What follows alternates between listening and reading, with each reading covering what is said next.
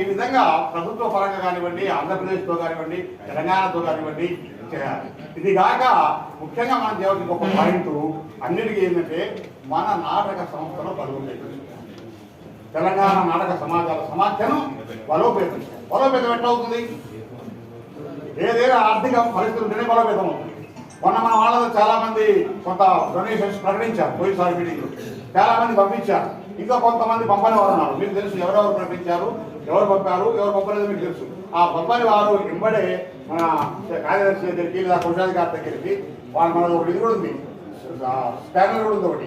ఆ స్కానర్ కూడా ప్రకారం మీరు స్కాన్ చేసి మీ నోట్స్ వాళ్ళు ఇంతకుముందు హామీ ఇవ్వని వాళ్ళు కూడా, ప్రకటించని వాళ్ళు కూడా ముందుకు వచ్చి మీరు ఎంత ప్రకటించాల్సింటే అంత ఎవరి పేరు మీద పంపాల్సిన అవసరం లేదు. మన సంస్థ పేరు మీద అకౌంట్ ఉంది, సంస్థ పేరు మీద స్కానర్ ఉంది. దాన్ని స్కాన్ చేసి పంపిస్తే ఆ సంస్థ అకౌంట్లోనే డబ్బులు పడతాయి. అవి మళ్ళీ ఒకసారి సెక్రటరీ గారు మళ్ళీ ఒకసారి అన్ని గ్రూపుల్లో మన తెలంగాణ నాటక సమాఖ్య స్కాన్ ఏదైతే స్కాన్ ఉందో అది పెట్టండి. పెడితే దాన్ని వాళ్ళందరూ చూసుకొని మీకు అభిమానం మేము అందరూ ఖచ్చితంగా ఏమని డిమాండ్ చేయడం లేదు. ఈ నాటక సమాజాన్ని మనం అభివృద్ధి చేయాలనుకున్న వాళ్ళు మీరు ఎంత వీలైతే అంత ఆ స్కానర్ ద్వారా మనం మన సమాజం అకౌంట్ కూడా పంపించండి. అదొకటి.